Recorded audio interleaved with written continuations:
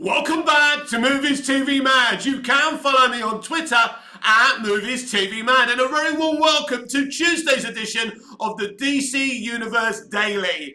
On today's show, we talk about how James Gunn's DC Universe will need great world building, how it will be key to have great world building, the world building we really never got in the DC Extended Universe, and the little tads and little tidbits of world building we did get in the DC Extended Universe was handled very, very badly. James Gunn has said he's going to be casting hundreds of characters. This means he's going to build out a world. The kind of world we never got in the DC Extended Universe. Now, examples are needed. For example, we never got a Green Lantern movie before we got a Justice League movie. We got a Justice League movie before they weren't even thinking about a Green Lantern movie. They were kind of thinking about one afterwards. I think David Goyer was going to write and direct one. That's an interesting choice. How many things has David Goyer directed before? I mean, this is the guy who decided Superman should have no choice but to snap General Zod's neck. So yeah, I'm just imagining what crazy David Sandberg would have created. But basically, the only thing we would have got in Snyder's original Justice League would have been a 5-second cameo of John Stewart. Oh, and when we get the whole, Euxus flashback, the history thing in the Snyder Cut, in Zack's Justice League, and it's fucking brilliant, we get a little flash of a Green Lantern who gets murdered by Euxus, aka Darkseid.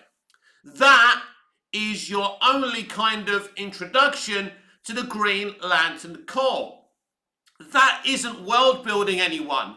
I want to know about OR. I want to know about the Lanterns. I want to know about their history. I want to know about Parallax and the Red Lanterns and the Green Lanterns, and whatever other colour lanterns there are.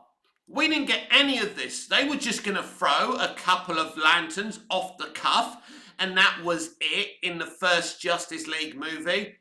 Now, I'm hearing that they were going to have many more lanterns joining Superman and the metahumans battle against Darkseid in Justice League 3.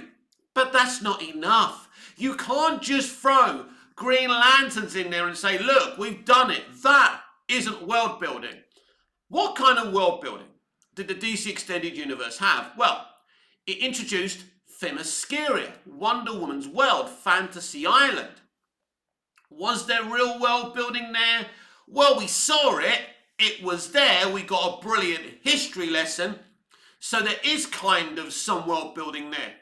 But there's a reason why Kevin Feige decided to do loads of solo Marvel movies before the first Avengers movie. Because you build out those characters' worlds, the Marvel worlds in those solo movies. So when you get to the Avengers, there's real world building in the Marvel Cinematic Universe. And then you're getting a bunch of characters, like teaming up in a movie when you've already seen them. That's so exciting. We got better world building in a DC universe in Arrow and in Smallville. So much well done, you've got to say that. And these are the misfires of the DC Extended Universe. So James Gunn is going to understand, and this is why he's going to be casting hundreds of people, because he's going to be giving us the world building we never got in the DC Extended Universe. Other poor examples of world building. Fake Doomsday in BVS. I think most of us concede it was too early to do a death and return of Superman story. But if that's what Snyder wanted to do, at the very least, he should have looked at the death and the return of Superman in the graphic novels and take from it.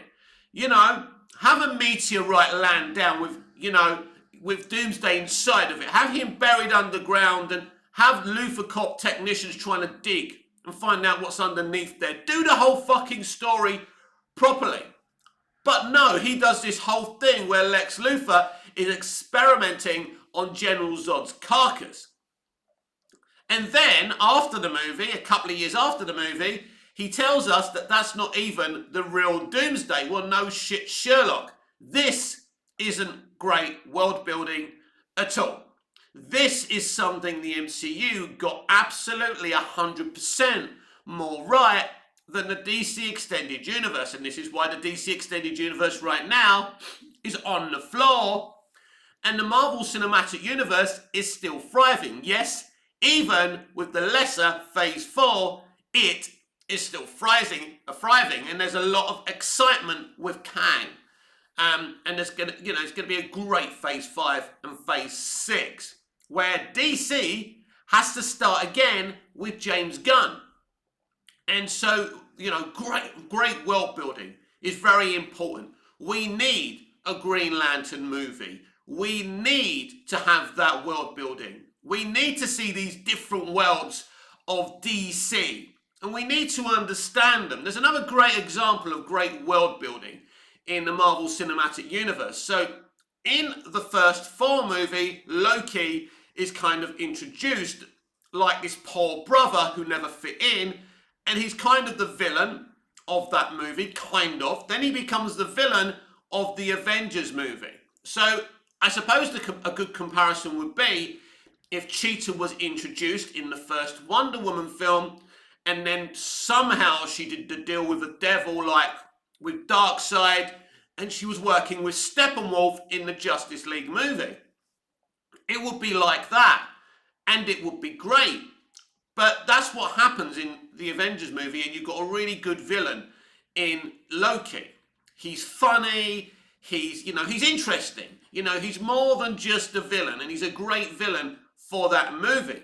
Now, Zack Steppenwolf is obviously very, very good, but he isn't enough as a villain in a Justice League movie. You needed more there, and you don't have it. And how easily he's defeated by Superman and the Justice League, for me, is kind of underwhelming. And I love the Snyder Cut, but that is the underwhelming moment. And they overbeat on this guy. I mean, really, it's like they're bullying him. The way Superman's beating 10 tons of shit out of him, then Wonder Woman feels the need to chop the geezer's head off. And I think it's fucking hilarious. I think it's ridiculous. So the DCEU not only lacked world building, it lacked great, good world building. So at times, it attempted to have world building, but it never succeeded in doing it. So the DC Universe really needs to do that. And I think James Gunn intends on doing that. And I think it's so wholeheartedly important that you do that, or you've already got a problem. That's why the MCU works, because you created a world. You built these different Marvel universes and you amalgamated them together. And that allows for great crossovers. This is the problem with the DC Extended Universe. That's why it's going to be called DC Universe instead of the DC Extended Universe. Because James Gunn is building a DC Universe, which is what hardcore, deep DC nerds have wanted for years, and we haven't got. So, very important going forward that we do that. I'll go back to the ridiculousness of a Justice League movie thinking you can just have 5 seconds of Jon Stewart. And literally, this is an actor they just pulled off the street, someone that Ray Fisher knew. The whole thing was so rushed. So I'm wondering, in the original first Justice League by Zack Snyder, what was the plan for the Lanterns? Were they even going to give us a Jon Stewart? Was the Jon Stewart thing he threw in there in the Snyder Cut just an off-the-cuff decision? Because it does seem like with Zack that he just comes up with ideas suddenly. And we talk about the Zack Snyder plan. What is the Snyderverse? What is that plan? Well, it's not Man of Steel, because Man of Steel was David Goyer's vision, and the story was co-written by Christopher Nolan, and Snyder merely directed that movie. Snyder needed persuading to get involved with Superman. He didn't feel Superman could be made relatable in the 21st century. So, these accusations maybe that Zack isn't exactly a great Superman fan, and you don't need to be a Superman fan, but you need to believe in the character. So Man of Steel, he's front and centre In BVS, it's kind of his story alongside Batman's story, but then in Justice League, the character totally gets sidelined to the last 10, 15 minutes or so. That is not good enough. Now, I don't care if you've got 60 upcoming Justice League movies. Superman has to be front and centre in every Justice League movie. And underserving that character and saying, well, he's going to be in those other movies. Well, I would have been interested how much we would have seen him in Justice League 2. Don't forget, in Justice League 2, he's going to be evil Superman. So we don't get to see the real Superman to Justice League 3. Is that great world building? Does that work? Does evil Superman actually work for people who want to see Superman being bright and inspiring and being the Superman he's always been? Yes, I do love the Snyderverse. I know I'm making a funny impression of it right now, but it's true. I'm just critiquing it. I'm just speaking honestly. I'm just giving you the reasons why the thing failed. And James Gunn understands this, and this is why great world building is absolutely needed in this universe. It's a bit like Ryan Reynolds' Green Lantern film. Let's talk for a moment why that film failed. That film failed because they did, Zack Snyder took his DC universe utterly too seriously, and Ryan Reynolds' Green Lantern movie wasn't taken seriously at all. So he discovers this lantern, he takes the ring, all of a sudden he's flying up to OR. And he's not even acting like, if that was fucking me, I'm afraid of heights, I'd be going, oh my God, I'm fucking flying. What the fuck, I'm going into the fucking stratosphere. He's not even that freaked out. He lands on OR and he's cracking jokes and being sarcastic. It's fucking weird. And when he gets home, and he's with his mate, Taika Waititi, yeah, he's in the movie. And he goes, hey, look at me, I'm a superhero. And and they're just laughing. It's like nothing really important has happened to this guy. It's a fucking joke. The only good thing I like about the Green Lantern movie is that OR looks absolutely stunning and Mark Strong's character is absolutely fantastic. And I'd absolutely love him to reprise his role as the character because they made him up to look like that villain. He looks fucking amazing. And, that's how that film failed. If you can either take things far too seriously or not seriously at all. And I think James Gunn understands that balance. Although some fans don't like James Gunn's humour, hey, we'll see what he does in the DC universe. But yeah, without, every great television show or movie franchise or book or comic needs to build out its worlds properly. And if you don't do that, you end up in the trouble the DC Extended Universe did. Without great world building, you literally have something without a soul. And the DCEU is something without a soul because it didn't do what it's supposed to do. You look at Peter Jackson's Lord of the Rings and people will talk about the great cinematography and VFX in those films. But he's built Tolkien's world out properly. Proper world building. Even if you're doing the world building that's already set out in a bunch of books, you've got to do your due diligence and you've got to build those worlds out properly. And he did that.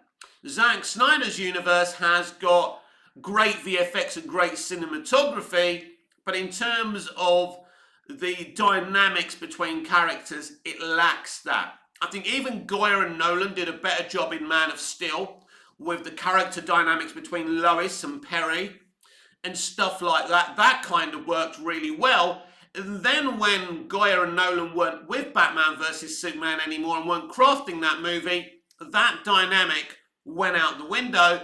That's a shame. We even get Perry literally mocking Clark Kent in BVS, and that was an interesting direction to go in. Yeah, I get it that Perry's always been, come on, Kent, you're a reporter, do this, but it went too far. It did look like office bullying to me, and maybe that's me, just being, a bit too fragile and easily offended. I don't know. This is Superman. Superman's very, very personal to me. And the whole thing with fake Doomsday is ridiculous. I just go back to that. That doesn't work for me. If you're going to do that storyline, you can't just, you can't start doing it the way they did it. And the rebirth story in Justice League, that always triggers me as well. You can't do a rebirth story for Superman in a Justice League movie. It literally doesn't make sense. And this is why they failed, because then they remove Snyder and then they do the other stuff that's even worse than what Snyder was doing. So I'm sure people, while I'm critiquing Zack Snyder's kind of stuff, are saying, well, what about Justice League? What about this? Well, I'm not defending that stuff. I mean, in terms of Aquaman, again, we get some really good world building, but we really haven't seen that world again since that film. It's not, a few jokes in Peacemaker about Aquaman. That's it. It's not a proper franchise. It doesn't work at all. It's a mess. And it's a mess that James Gunn has been asked to fix. And he is capable of fixing it because he understands what great world building means. But James Gunn has never been asked to do something as challenging as this. He's written films. He's written and directed films. He's been involved with the Marvel Cinematic Universe, but the Guardians of the Galaxy world is a very small world, part of a big universe. So his responsibility was only there, but with the MCU, he was always overseeing films like the Avengers movies. He was there, making sure his characters were represented in the right way. And I'm sure he'll make sure that other directors are involved in his maybe Justice League movies or, whatever he's planning on doing. This is a man who's a much bigger fan of the comics generally and not just kind of with subversion. He's not just, I'm not sure if he's a Watchmen fan at all, but that's where Zack comes from. That's kind of the storytelling he admires. And he tried to bring that onto DC, and that ended up being not very popular. Because what Zack Snyder's really doing is an adult kind of... You're talking about a bunch of R-rated movies that weren't R-rated movies, if you want, and it's kind of an Elseworld without being an Elseworld. Now, to do an Elseworld, you've got to earn the right to do an Elseworld. It's like the argument I made. Literally, Zack's doing his own version of Injustice. But imagine from Man of Steel if they said, we're telling the Injustice story starting from Man of Steel. Then fans are going to say, okay, I understand why it's a bit dark and Superman's a bit broody like this and it's a bit more violent and explosive. They're actually bringing Injustice to life. They've just told us that. So we understand that. We're not going to be angry about Superman breaking Zod's neck. But they didn't do that because there wasn't a plan beyond Man of Steel. There wasn't. They wanted there to be. They just planned on making Man of Steel, and there were kind of Easter eggs for Batman there. They did want to make more movies. They wanted to create a defined universe, but there wasn't a plan. BVS wasn't in the thinking while they were doing Man of Steel. No question about that. Snyder thought quickly on his feet, and he did the whole kind of Batfleck kind of perspective on the war, on the Battle of Metropolis, and it's great, and I love all of that. But it wasn't a long plan that they had during Man of Steel, and this is the mistake people make. This is why people, are divided with Man of Steel. But I bet you bottom dollar, if you tell people from the beginning, before Man of Steel is released, this is the Injustice saga, right? It's like what they did with the Marvel Cinematic Universe. You knew what phase 1 to 3 was, right? You knew what saga that was. So just imagine if Snyder just came out with Nolan and Goya and said, we're doing the Injustice saga for our first story. That's what we're doing. Imagine. Who's going to criticize that, right? They understand what's going on. They understand why Superman's this way. They understand why, in this universe, Batman is branding people. But because none of this was ever explained, and all you get is Zack kind of coming out with scant kind of explanations over on Vero years later. This is not how you run a franchise. Does this mean I don't like Zack Snyder? No, it doesn't mean that. Does it mean I don't admire him as a filmmaker? No, it doesn't mean that. Does it mean I don't like the Snyderverse? No, it doesn't mean that. I love the shit out of the Snyderverse. That's not the point. I'm critiquing why the Snyderverse failed with general audiences, because they didn't understand why, while they were seeing the MCU and the Avengers universe, how Warner Brothers thought they were going to keep people by doing things like this when they were attempting to attract a general audience. But if you tell people you're doing the Injustice story, right, first, then you attract a certain person. You attract all the millions and millions of people who played Injustice and Injustice 2. It's a bit like, The Last of Us. The Last of Us, in its first 2 episodes, which have been great, by the way, I've watched both, you should check them out, have got huge, record-breaking ratings for HBO Max and HBO. Everything HBO does turns to gold, because the people in that factory are geniuses and brilliant. But it's also because the Last of Us game is so fucking popular. That's why it's getting millions of things. And people are seeing panels from the games, being brought to life within a story. And people are getting excited. And Zack Snyder did similar things with the Return of the Dark Knight. I forgot what the story's called now, but The Dark Knight Returns. That's that. I got it, yeah. So, The Dark Knight Returns, we see panels from that comic book in BVS. He's trying to reinvigorate the Death of Superman story in BVS as well. But if you tell fans of the Injustice game that I am doing my own version of Injustice, then people are going to be hyped. They're going to say, oh my God, this guy is adapting Injustice. This is how stupid these people are. If Zack did this before he even shot a millimeter, people would have been hyped. So this was Zack's mistake and WB's mistake. Because if Zack told his audience he was adapting Injustice, because let's be fucking honest, the Nightmare Future is literally an adaptation of Injustice. Literally, you could make Nightmare Future movies. For example, Justice League 2 is literally an Injustice movie. That's his plan. These characters are mostly in the Nightmare Future. Justice League 2 is mainly focused in the Nightmare Future. There's nothing out there in live action for DC that literally screams, this is an Injustice adaptation. And if you told people this from Man of Steel, or at least BVS, imagine, BVS is even more maligned than Man of Steel. Imagine, during the marketing of Batman vs. Superman Dawn of Justice, if he says, this is the beginning of my Injustice adaptation. People would have gobbled it up alive. Guess who would have gobbled it up the most? Fucking gamers.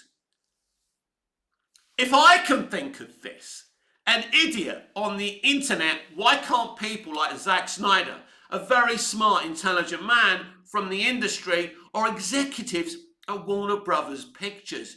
If you told people you were adapting Injustice because that's exactly what you were doing, BVS would have maybe made even $2 billion, which is what the studio wanted for it from the beginning. But you didn't do that. All you had to do from the beginning of MOS is explain to people that you're not making another Richard Donner Superman film. You are adapting Injustice. And if you told people that in the first place, there wouldn't be an issue. So these are all the pitfalls that James Gunn must avoid. He's already made it pretty clear what he's attempting to do. He's trying to create an interconnected central universe for the general audience. He's been honest and upfront, even saying it's going to be inspired by the Justice League animation and the Bruce Timm animated series as well. That will be a big sense of relief to, hardcore DC nerds. So on today's show, we've just catalogued what James Gunn needs to do. I have faith that James Gunn will have the good sense to do this and, not make the mistakes that Snyder and other people made at the DC Extended Universe. It's elementary, my dear Watson. It's not, I'm not in Hollywood. I don't work in Hollywood. And I've just given you logical ways how the Snyderverse could have avoided failure. How the DC Extended Universe, the DCEU, could have avoided failure. And they didn't do it because they're not very smart people. Because people had the impression that you were doing a Marvel Cinematic Universe for DC. Why did people make this assumption? Because you never told them any differently. And if you told them you were adapting the Injustice game, Zack, oh my God, imagine it. In 2011, when you announce Henry, and you say, we are adapting Injustice. And I don't know if Injustice 2 was even out at the time, but we're going to adapt the Injustice game. Imagine the fucking people that would have been excited about this. But oh no. You see, people expected something different. They thought you were attempting to give them, in Man of Steel, a central universe for a connected universe for the general audience. And Zack, you've admitted you don't care about the general audience, but you were employed to make films for the general audience and make money, that kind of money, for the studio. And this is where it all went wrong. You've got a director who wants to do one thing, with nothing wrong with a director wanting to do what he wants to do. But then there's a studio who wants to make MCU money. I mean, didn't these two entities, Snyder and the studio, ever fucking communicate? Not really, because all the discussions were between Zack and Christopher Nolan. No discussions were happening between Zack and WB until WB decided that they should move Nolan and Goyer on so they didn't have any authority in BVS. And I suppose they thought this would make the situation better, but actually it made the situation much worse. And if only they just said, hey, we're adapting Injustice, just like basically HBO said, we're adapting The Last of Us games. And then everyone's hyped, everyone's excited, everyone knows what they're going to get. And this was the problem with the DCEU. It's as Henry Cavill said at the Justice League, red carpet premiere, even without an MCU, the DCEU would have failed because they didn't communicate with their fans in the right way. Their fans thought they were getting a bright, colourful, general kind of franchise, a connected franchise. But really, Snyder was doing something a lot more compelling and darker, which wasn't for everyone. But if you actually are clear with your audience what you're actually planning to do, then you don't fall into the pitfall. So it's a lack of communication, it's bad world building, and that's why the DCEU has failed. That's why James Gunn is here. This is why Henry Cavill is being replaced as Superman, and most probably Ben Affleck being replaced as Batman. Because they have to do this. They have to make it a sellable commodity to the general audience. And a lot of you think the general audience are a dirty word. Warner Brothers are like your local 7-Eleven or Tesco's or whatever supermarket or store you go to in your given country that you live in, right? They want to make fucking money. So the general audience is the way for them to make $1 billion a picture. They'd be in trouble if it was only $1 million. $1 billion a picture and $2 billion for the team-ups like Justice League or whatever they're planning on doing with James Gunn. This is what James Gunn is here to do. Make great entertainment that sells and makes the company money. And that, my friends, isn't a bad thing. Making money isn't a dirty sentence. Money isn't a dirty word. We live in a capitalist society, and Warner Brothers is part of that society, and they want to make money from great entertainment, and this is what they are attempting to do. This has been Tuesday's edition of the DC Universe Daily with me, Mick, your host with the most. Just ask your girlfriends and your wives. Please like, share, comment, subscribe, hit the notification bell so you never miss this beautiful perfection, and I'll see you again in the next video. Until I see you again, goodbye, au revoir, auf Wiedersehen.